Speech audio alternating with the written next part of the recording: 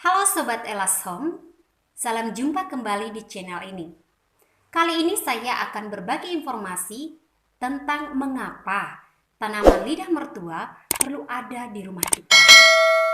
Ya, tentu Sobat Elas Home yang telah memiliki banyak koleksi harus bangga dan juga harus bersyukur karena banyak sekali manfaat yang bisa kita miliki dari tanaman lidah mertua di rumah. Berikut informasinya. Lidah mertua, nama lainnya dikenal juga dengan nama tusuk gigi gajah dan snake plant atau tanaman ular. Bila dilihat, tumbuhan lidah mertua memiliki daun yang panjang, runcing dan bercorak seperti sisik ular. Tumbuhan ini memiliki daun yang tebal dan keras.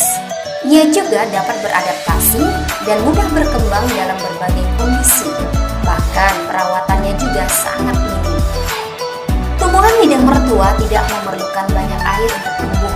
Ia juga dapat hidup dengan sedikit cahaya matahari.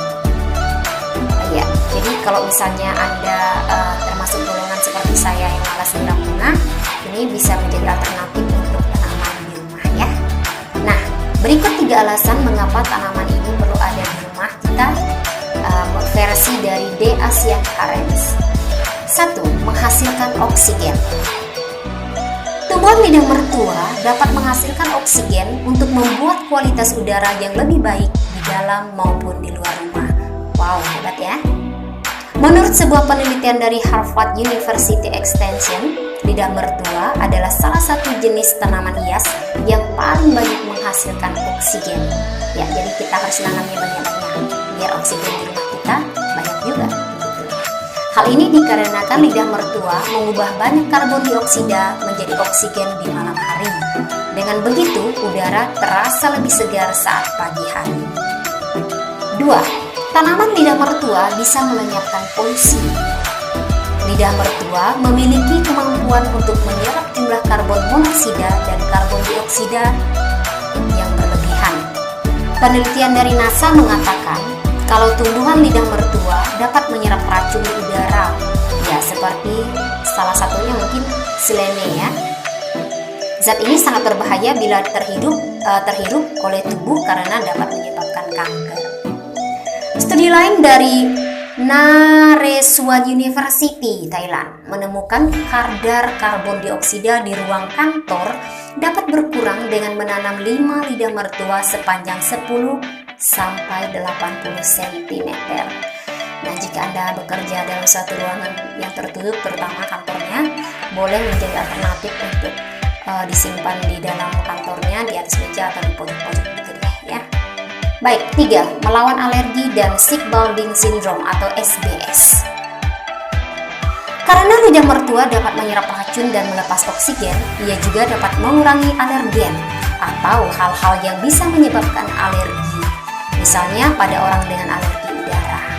Sedangkan sick balding syndrome atau SBS ialah kondisi yang terjadi pada saat seseorang memasuki situasi tertentu.